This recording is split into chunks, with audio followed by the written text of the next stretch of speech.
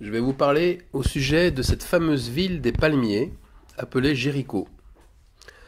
Alors comment ce message m'est-il venu? Eh bien très curieusement, je n'arrêtais pas de penser au sens de Jéricho. Puis, en regardant par la fenêtre de l'appartement de ma fille, qui habite au Mans, mes yeux se sont arrêtés sur plusieurs jardins où arbore cet arbre exotique, le palmier.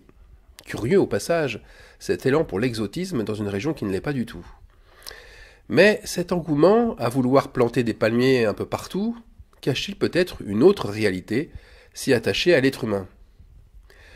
Dans mon dernier message sur la double onction d'Élysée, j'évoquais cette ville, Jéricho, dont le culte diabolique de l'orgueil s'est multiplié à l'infini.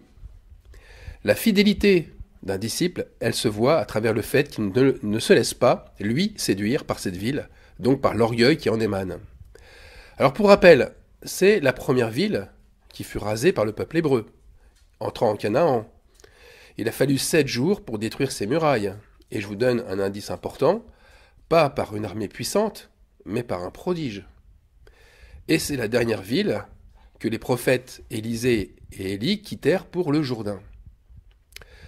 Sans avoir abandonné leur orgueil, eh bien jamais ces prophètes n'auraient pu séparer les eaux. Par conséquent, jamais ils n'auraient pu voir la vérité. L'orgueil voile la vérité. Mais il n'est pas un combat facile à mener. C'est une lutte de premier ordre pour le disciple de Christ. Et il est souvent rattrapé au dernier moment par les grandes feuilles palmées que forme cet arbre. Et oui, on aime les palmes. On aime les récompenses, les honneurs. On aime par exemple recevoir les palmes académiques ou la palme d'or, la récompense suprême. On aime aussi courir après la palme de la sagesse. Mais d'abord, pourquoi l'orgueil? Pourquoi l'orgueil est-il attaché à cette ville dans la Bible? Pourquoi Jéricho n'est-elle pas, par exemple, attachée à un autre démon comme l'idolâtrie ou la convoitise? Eh bien, l'arbre, dans les Saintes Écritures, est très souvent associé à l'être humain. Psaume 1, l'homme heureux est comme un arbre planté près d'un courant d'eau, qui donne son fruit en sa saison et dont le feuillage ne se flétrit jamais. Le palmier fait office de grand arbre des régions chaudes, des régions orientales. Donc, sa grandeur en fait une personne d'importance. Et dans le sens figuré, la grandeur du palmier, c'est l'image qui le représente le plus souvent. Le célèbre poète français du XIXe siècle, Théophile Gautier, eh bien, il fait une description très élogieuse du palmier. Voilà ce qu'il dit. Rien n'est plus noble, plus royal qu'un palmier. Ce grand soleil de feuilles au bout de cette colonne cannelée rayonne si splendidement dans le lapis lazuli d'un ciel oriental. Ce tronc écaillé mince, comme s'il était serré dans un corset, rappelle si bien la taille d'une jeune fille, son port est si majestueux, si élégant. Vous voyez, on dirait la description d'une star hollywoodienne. On dirait aussi celle d'un être séduisant, qui pousse à l'admiration, un Lucifer qui porte sa lumière. L'orgueilleux cherche toujours l'admiration. Il cherche toujours les premières places. Il se vante de ses succès. Il met en avant ses exploits. Il exagère ses actes de bonté. S'il montre parfois quelques faiblesses, c'est comme pour le palmier. Le palmier qui se plie sous les vents forts. C'est pour mieux montrer la résistance de ses racines et la flexibilité de son tronc. En bref, c'est toujours pour se grandir encore davantage. Le palmier, tout comme l'orgueilleux, c'est un arbre quasi indestructible et qui résiste à toutes les intempéries, et à la brûlure du soleil, oriental, comme au froid qui descend jusqu'à -20. L'orgueilleux, eh bien, c'est ce palmier qui vit comme s'il était immortel. Par conséquent, l'orgueil n'est vraiment pas un esprit à sous-estimer. On a d'ailleurs souvent tendance à le voir moins présent chez soi, ou très présent chez certaines personnes, ou alors pas du tout présent chez des personnes d'apparence humble. Oh, je ne suis pas aussi orgueilleux que cette personne-là, qui étale ses connaissances et qui est si suffisante. Je suis quand même loin d'être à son niveau. Pourtant, ne se protège-t-on pas ainsi d'un esprit mauvais que l'on cache, pensant lui enlever de la force? La question fondamentale, c'est un peu la réponse qui se veut toujours la même, c'est se sentir moins orgueilleux ou faire des efforts pour l'être moins. Est-ce que cela fait de chacun de nous des êtres plus vertueux? Je crois que nous savons bien au fond de nous-mêmes que non. Mais voilà, afin de continuer de répondre à cette question, je vous demande de vous rappeler les circonstances de la bataille de Jéricho par Josué dans la Bible. On va lire le début, Josué, chapitre 6, verset 1. Jéricho était fermé et barricadé devant les enfants d'Israël. Personne ne sortait, personne n'entrait. Vous voyez l'orgueil, c'est pas n'importe quel esprit, c'est un esprit emmuré, barricadé au plus haut point. L'orgueil, c'est la forteresse du mal. C'est un peu pour reprendre les mots de Victor Hugo. Personne ne peut y entrer, personne ne peut amoindrir ou le faire fléchir. Il n'y a aucun compromis avec l'orgueil. Et personne ne peut sortir de lui. Il ne se divise pas. C'est du tout ou rien avec lui. Et la bataille de la cité de l'orgueil, la bataille de Jéricho, elle montre un véritable carnage. Aucun prisonnier, aucun survivant, plus aucun être vivant même. Josué, chapitre 6, verset 20. Ils s'emparèrent de la ville, et ils dévouèrent par interdit, au fil de l'épée, tout ce qui était dans la ville. Hommes et femmes, enfants et vieillards, jusqu'aux bœufs, aux brebis et aux ânes. Ça veut dire que c'est pourquoi, une fois brisé, cet esprit d'orgueil ne doit plus jamais réapparaître. On ne doit surtout pas lui laisser la moindre chance de se reconstruire. Josué jura en disant « Maudit soit devant l'Éternel l'homme qui se lèvera pour rebâtir cette ville de Jéricho. » Mais alors, comment faire concrètement pour briser ces immenses murailles de l'orgueil humain? Alors, on va revenir encore au récit de la bataille de Jéricho. 7 sacrificateurs, se tenant derrière l'armée, tournaient chaque jour autour des remparts en sonnant de la trompette, et le dernier jour, le 7e donc, ils ont même tourné 7 fois de suite en sonnant du chauffard et en étant suivis de l'Arche de l'Alliance. Alors regardons le sens que cela a maintenant pour un croyant en 2020, enfin 2022 plus précisément. Eh bien dans ce combat, face au mal, face à la vanité, chaque jour notre esprit doit être absorbé par l'Esprit de Dieu, c'est-à-dire l'Arche de l'Alliance. La loi divine doit être notre guide, un peu comme les 7 sacrificateurs et l'Arche, qu'il était à l'époque de Josué. C'est le trône de Dieu et son regard qui guide et qui est derrière nos choix et toute notre marche. Alors la loi, c'est quoi? Eh bien, c'est tout ce qui est honorable, louable et aimable. Mais attention, face à des esprits contraires, eh bien, notre esprit doit nous amener à faire sortir de nous des cris de repentance. C'est ça le chauffard. Le 7e jour, notre orgueil ne doit plus se voir. Il n'est pas 7 fois moins fort, il est anéanti comme ces murailles qui s'écroulent. Lorsque le peuple entendit le son de la trompette, il poussa de grands cris et la muraille s'écroula. Vous voyez, le peuple correspond à cet esprit de domination qu'est la vanité. Cet esprit doit abdiquer. C'est cela, pousser de grands cris. N'oublions pas que, aussi, Jéricho fut assiégé. L'orgueil ne doit, à ce moment-là, trouver aucun moyen de se nourrir par l'extérieur. Donc, ne lui donnons aucun moyen de s'alimenter, de reprendre des forces. C'est un petit peu comme bien laisser l'orgueil reprendre vie en se laissant aller à des pensées qui nous redonnent raison, en se laissant aller à des pensées qui nous reprennent et nous poussent à nous affirmer de nouveau, en ayant des pensées qui refusent de laisser diriger notre vie par quelqu'un d'autre, en laissant des pensées qui voient dans la soumission un acte d'affaiblissement, en ayant des pensées qui nous amènent à nous sentir différents des autres. Bref, en ayant des pensées qui nous font croire qu'elles viennent de Dieu. Parce que faisons attention, ce n'est pas nous, croyants, qui faisons effondrer les murailles de ce mauvais esprit, mais c'est la puissance de l'esprit de repentance. C'est l'onction divine qui le fait.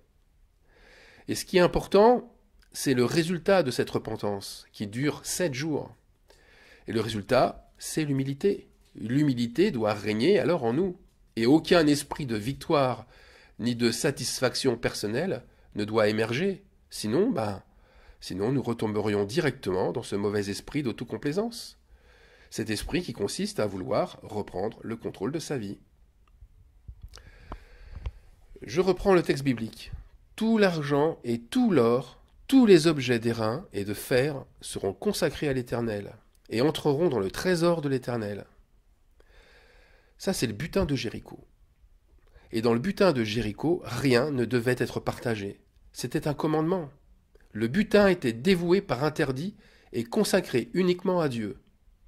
Alors dans les faits, eh bien si une partie du butin est partagée, alors le trouble est jeté, la confusion devient générale. Ça signifie que l'orgueil renaît de ses cendres. Et l'exemple biblique est très parlant à ce sujet, puisque Akan, de la tribu de Juda, eh bien il désobéit à ce commandement, au commandement de Josué, et il s'empara, lui, d'une partie du butin de Jéricho. Eh bien les effets maléfiques ne tardèrent pas à se manifester. Et à se manifester pas seulement pour lui, mais pour l'ensemble du peuple. Et nous lisons dans Josué chapitre 7 que Josué envoya de Jéricho des hommes vers Haï, qui est près de Beth-Aven. Et Beth-Aven, ça signifie maison de la vanité, en hébreu. Donc Josué envoya de Jéricho des hommes vers Haï, à l'orient de Bethel, pour explorer le pays. Et regardez comment ils revinrent. Ils revinrent regonflés d'orgueil, d'assurance, prêts à reprendre les rênes de leur vie, puisqu'ils dirent à Josué, mais inutile de faire marcher tout le peuple. 2 ou 3 000 hommes suffiront pour battre Haï. Vous voyez cette arrogance, cette autosuffisance qui consiste à se croire le peuple béni, plus fort et plus saint que les autres. Ça y est, croyant avoir anéanti l'orgueil, eh bien ils l'ont ressuscité avec encore plus de force qu'auparavant. Et le résultat fut sans appel. Les Israélites, qui avaient marché sur Haï, prirent la fuite, ou alors ils furent tués. Et, le texte biblique nous dit, le peuple fut consterné et perdit courage. Nous devons absolument nous imprégner de ce récit biblique. Vraiment. Et on doit le prendre, et prendre ces exemples très au sérieux, pour lutter contre la vanité, qui n'est pas une mince affaire. La vanité, c'est Paul qui le dit dans les Actes, dans le livre des Actes, la vanité s'oppose au Saint-Esprit. Acte 7, verset 51. Hommes au cou raide, incirconcis de cœur et d'oreille, vous vous opposez toujours au Saint-Esprit. Ce que vos pères ont été, eh bien vous l'êtes aussi. Alors il y a une condamnation, c'est vrai. Il y a une condamnation qui repose sur le cou de l'être humain, le cou raide. L'être humain qui pense être lui-même assez humble pour pouvoir lutter contre la tentation. Ou encore, le croyant qui pense que la grâce de Dieu suffit à lui faire fléchir le cou. Eh bien, cette pensée s'oppose au Saint-Esprit. Eh oui. Ceux-là même qui pensent que le combat est gagné d'emblée, sans effort, et ceux-là même qui se disent qu'avec Dieu, une petite poignée d'hommes, ça suffira à détruire la ville de l'orgueil. Or, c'est vrai, ils pourraient avoir raison. Ils auraient raison si Dieu avait donné cet ordre. Or, notre Seigneur ne reviendra jamais, jamais sur la parole, sur sa parole, et sur la manière de lutter contre ce démon. Il y a une seule manière de lutter contre l'orgueil. Jésus n'a pas été exempt de cette lutte. Lui aussi a refusé la tentation de l'orgueil. Il a refusé de se jeter du haut du temple, même s'il savait pertinemment que son heure n'étant pas venue, eh bien des anges l'auraient porté sur leurs mains pour freiner sa chute. Alors nous devons savoir aussi que notre corps, c'est le siège de nos malheurs. Et le cou raide, c'est aussi une expression qui est employée 7 fois dans la Bible, et surtout dans le livre de l'Exode, 4 fois. Et le cou raide signifie une particularité. Le cou raide, c'est en fait les mêmes caractéristiques que celui de Jéricho. C'est-à-dire que celui qui a le cou raide, celui qui est orgueilleux, on le voit à la fois chez l'Israélite, mais on le voit aussi chez le peuple de Jéricho. Parce que le cou raide, c'est la marque de l'orgueil pour tous les êtres humains. Par conséquent, tout ce qui va se passer au niveau du cou devra nous montrer les signes de notre propre élévation. Le mal de gorge, l'inflammation des cordes vocales ou les douleurs cervicales sont aussi des indicateurs de notre santé spirituelle. Et ne négligeons pas ces signes, car ils ne cherchent pas à nous condamner, mais ils nous montrent souvent un besoin d'abaissement et de repentance. Une guérison, ça demande toujours un sacrifice de notre part. L'orgueil doit être mis sur l'autel, comme tous nos désirs, et il doit brûler entièrement pour dégager une odeur de sainteté pour notre Dieu. Alors moi j'affirme au contraire, et j'en ai eu la vision, que le croyant d'aujourd'hui, eh bien il possède un tel orgueil, un orgueil démesuré, un tel orgueil qu'il se croit même souverain sacrificateur. Il pense pouvoir pénétrer dans le lieu très saint, simplement parce que Jésus-Christ a déchiré le voile pour cela. Mais il oublie une chose importante, essentielle au passage. Il oublie au passage que le parvis extérieur, l'autel des sacrifices, n'a pas été aboli. Or, il passe devant comme s'il n'existait plus. Tout croyant doit en fait se discipliner à y sacrifier régulièrement sa nature pécheresse sur cet autel. Et Jésus-Christ a certes déchiré le voile du temple, c'est vrai, mais il n'a pas donné un coup de pied dans l'autel des sacrifices, bien au contraire. Alors ne soyons pas des croyants aveuglés par notre onction. Elle ne doit pas, cette onction, nous voiler la vérité sur comment se fait notre élection. Notre élection ne s'acquiert qu'à travers la fidélité et qu'à travers la durabilité de nos actes de justice. Et Jéricho a été, il est, et il sera toujours le premier acte de justice à faire pour entrer en terre promise, comme pour entrer au repas des noces de l'agneau. Ce sera toujours par Jéricho qu'il faudra passer. Toujours, toujours. Alors, n'endurcissons pas nos cœurs, ne permettons pas que notre onction nous monte à la tête, sinon elle sera notre perte.